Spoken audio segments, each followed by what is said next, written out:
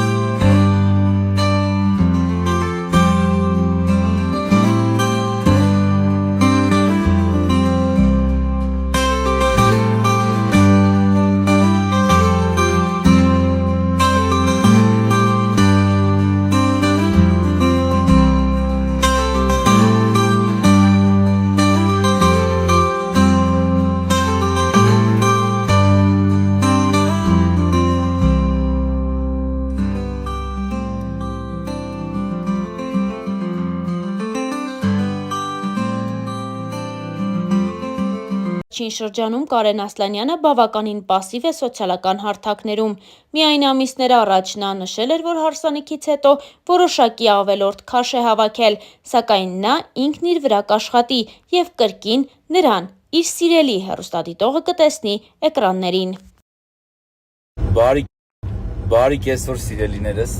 անկեղծ ասած ձեզ շատ եմ կարոտել ու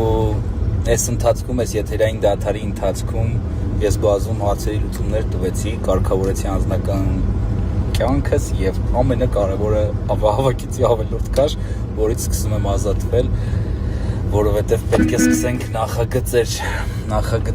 հեռուստասերիալներ, 25 մասանոց ֆիլմեր, նշեմ հովանավորները և նկարահանման տեխնիկան ամբողջ ընթացքի մեջ է և արդեն կարծում եմ մոտ ամիսներ հետո եթերային դադարը կավարտվի և Ասլանյանը իր լավագույն ֆորմեն դե գիտեք որն է, մարմնի կառուցվածքը կվերադառնա եթեր։ Նշեմ այս ընթացքում շատ են եղել առաջարկները, բայց քանի որ ես պատրաստ չեմ եղել թե հոգեպես, թե ֆիզիկապես նկարահանվելու այդքան նախագծերից հետո։ Չնայած նրան, որ Կարեն Ասլանյանը մեծացել է ապահովված ընտանիքում, այնուամենայնիվ նա նշել էր, որ իր ընտանիքն էլ բավականին դժվարությունների միջով է անցել։ Իր հարցազրույցներից մեկում Կարենն անկեղծ ասել էր հետևյալը. «Մենք շատ դժվարություններով ենք անցել։ Նենց չի, որ մեր կյանքը հեշտ է եղել։ Իմ հայրը իր ամբողջ կյանքում աշխատել է ու հիմա էլ է աշխատում։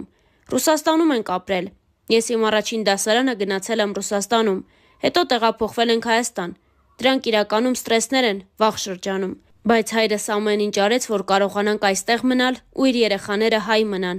ու հայկական մենթալիտետով մեծանան։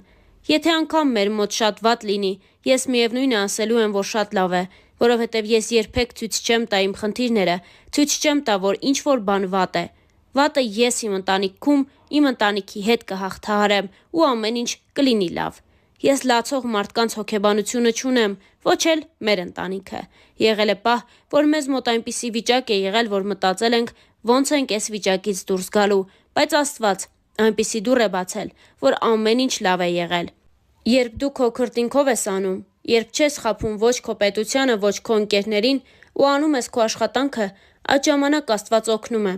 Ամենաբարդ էտապը եղավ, երբ սկսվեց ճգնաժամը 2008-2009 թվականներին, երբ եղավ դոլարի տատանումը, իսկ մեր գործը միշտ կապված է եղել դրսի հետ։ Այդ ժամանակ դժվար փուլ սկսվեց։ Նման փուլ եղել է նաև 90-ականներին, ես 6-7 տարեկան էի, գնացինք Ռուսաստան, հետո հետ վերադարձանք։ Դերասանը շատ չի խոսում իր ընտանիքի մասին, սակայն հարցազրույցներից մեկում ընդգծել էր, որ իր կյանքի ամենակարևոր կինը մայրն է։ Մայրս ինձ համար մի ուրիշ աշխարհ է։ Մարդ, որին կարելի է սիրել ու երբեք չմտածել, որ կարող է սխալվես, որովհետև սերը մոր հանդեպ մի ուրիշ աշխարհ է։ Ամենայն դեպս ինձ համար իմ իդեալը իմ մայրն է, անկեղծացել էր Կարեն Ասլանյանը։ Դե իսկ Star News-ն այս հոլովակի համար այսքանն էր առանձնացրել։ Ձեզ ենք ներկայացնում նաև մի քանի այլ հոլովակ առանց մեկնաբանության։